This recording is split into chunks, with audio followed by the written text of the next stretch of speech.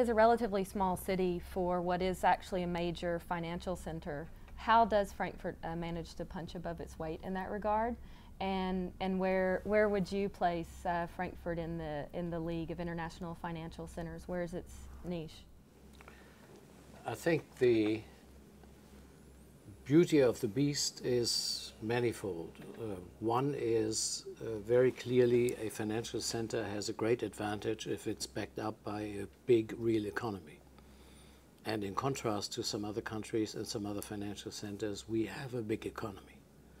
And as Peter mentioned initially too, we are at the same time the gateway towards Eastern Europe, a growth area, which let us down a little bit now, but ultimately will continue to be a growth area. So I think this mixture of a good banking system at home and a real economy that's really backing up this banking system is a combination that's hard to beat. I think the second aspect is probably the German banks have always been and been forced by their clients to be domestic and international. They were the inventors of correspondent banking in the old days. They accompanied their clients to all parts of the world.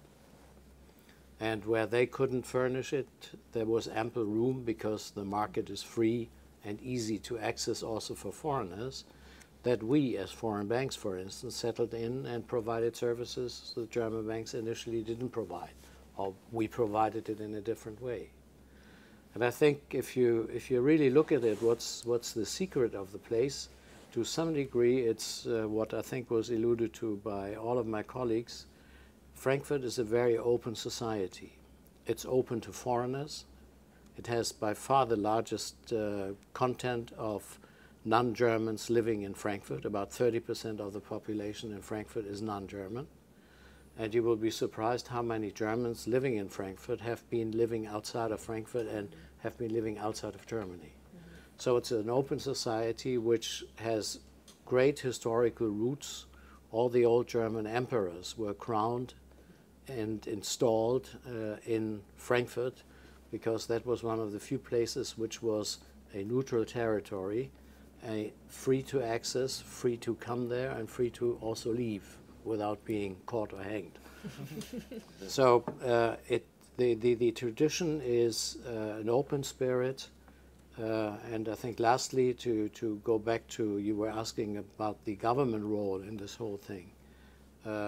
The spirit of Frankfurt is a mixture of, yes, government, hopefully productive, and it was productive, as mentioned in the case, for instance, of our factories, knowledge factories, so to speak. But I think the important point is that there was always and is always a cooperation between government setting the framework, but private initiative, private enterprise, private individuals kind of stepping in and initiating a lot of things. Joint ventures on the university side, joint ventures on museums. The Frankfurt Opera is one of the best German-speaking operas for a number of years now. So it's a great combination of private initiative and government frame setting, so nobody is dominating the other. Right, there's a balance that must be struck there. Mm-hmm. What kind of support do you look to the government for your particular companies? What support would you like to see to help you grow, and is it there in adequate measure? Well, in our industry, I must say this is a fairly, from the consumer perspective, it's an established industry. From the content provider perspective, it's a fairly young industry. And I think the total amount of people working in our industry, German-wide, are probably 6,000. It's really not much, actually. And the education system is a little bit behind because of it's just became established or established just now.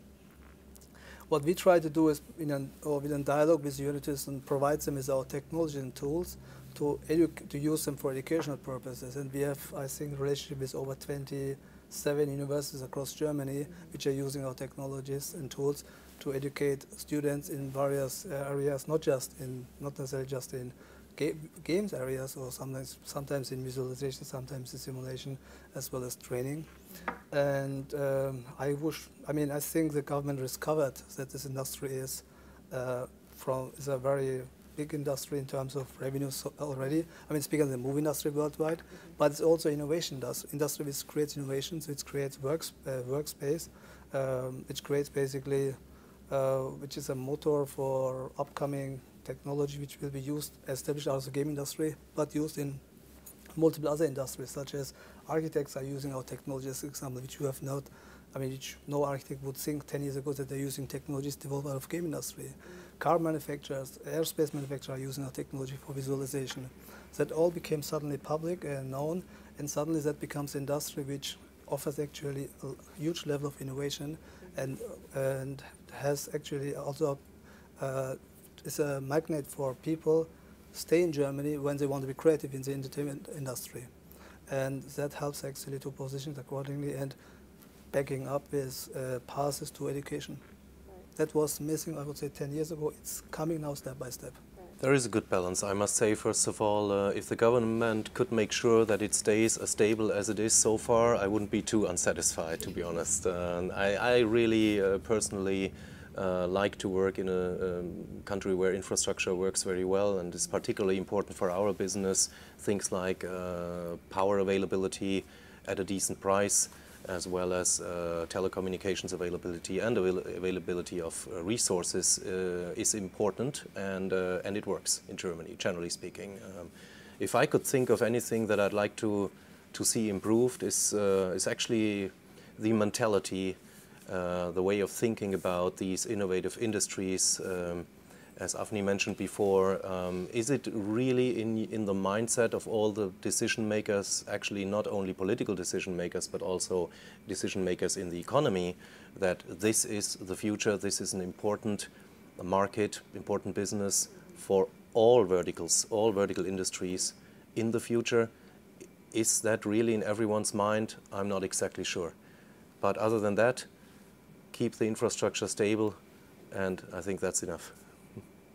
Do you think, in your experience in dealing with the government bodies that have some sway in what sectors are prioritized, is there a forward vision in terms of the high-tech sectors and what digital infrastructure needs to be there and the technologies of tomorrow?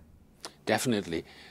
Frankfurt overcame the telecom monopoly 2.5 years before everybody else in our country, and that was with strong support of the city government.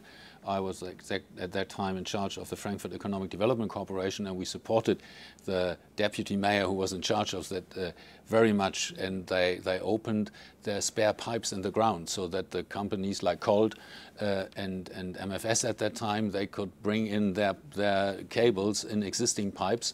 The funny thing about that, I love these new terms that then suddenly are generated, because we found out there was too many companies suddenly who wanted to do that. The city urged them to come up with so-called joint digging agreements. So they put their cables into the ground jointly, and this picture for me is still striking. I see the CEOs jointly digging in our streets, but that's how it all came about. And international surveys always tell us that there is no other city in the world with so many competing glass fiber networks than Frankfurt. So that really means state-of-the-art technology and absolutely competitive prices. So that's really a big advantage for us. Maybe I could add one other thing. We're always talking about the city of Frankfurt and how small it is, but we're not talking about the city of Frankfurt as such. It's the core and it's the center of the city, of the region, but we're talking about a region of about 5.5 million people. So that is far larger than what we really talked about. We're just talking about Frankfurt. There's cities like Darmstadt with this wonderful technical university that is known around the world. There's Wiesbaden, our capital. There are other cities with long traditions and specialities. For the investor, for the companies coming to our region, has the great advantage that there is some competition in the region, because because the county presidents or managers or the mayors, the different mayors, they all compete with each other.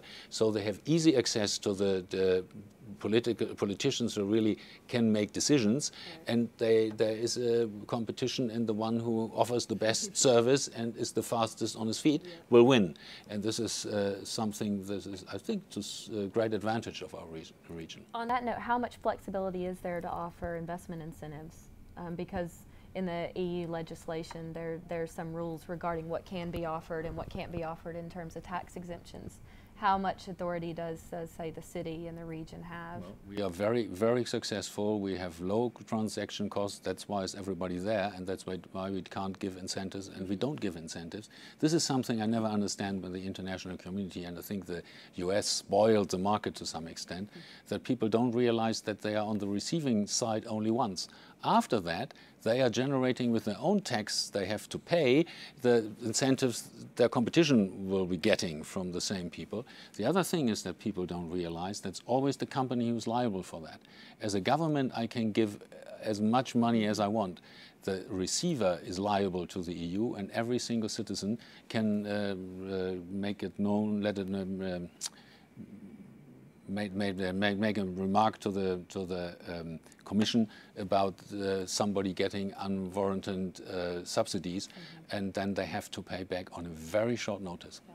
So and the political tide can. Yeah, can I think turn. we are wise to invest in infrastructure and all of that, and don't incentives always are the wrong signals for the business community.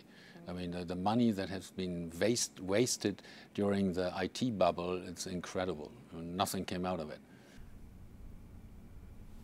Would you all agree with this assessment? How important is it the fundamentals long-term of the location versus any kind of immediate fiscal incentives that could be garnered? I would disagree a little bit in a small area, which is the integrative industry, but because here that can help really a lot actually. So, I mean, there is something called prototype financing and such kind of things. So small incentives actually, which can establish startups or which can help startups actually prototyping certain technologies, certain content, which can then be commercialized through larger partners. That is missing in Germany actually. Oh, not in Germany. Yeah, that's missing. Not entirely in Germany, but in some areas. But that's all accountable for a fairly small industry, which a game industry is. I mean, across other industries, I think it's very well established, and infrastructure is there. From our part of view, it's not necessarily competitive to our neighbors. I mean, that's why the EU does allow subsidies for startups and things like that. So, but if I look, development of new technologies. If I look, however, in this picture to Frankfurt again, and there are organizations like GmbH, or private incentives, people who are really understanding and pushing this. There are open dialogues with politicians going on. They try to understand, because it's a new market. It's a new type of offering, basically, and there's a huge willingness there to change things. And I'm sure that very shortly this will be actually equally competitive to across Europe, actually. So I don't think that there will be a long-term disadvantage of it. It's just new, but it's growing and it gets a lot of attention. And Germans want to do it right, so they are taking more time to analyze certain things. But I think what will pull it off, I'm sure about this, will work out very well, actually.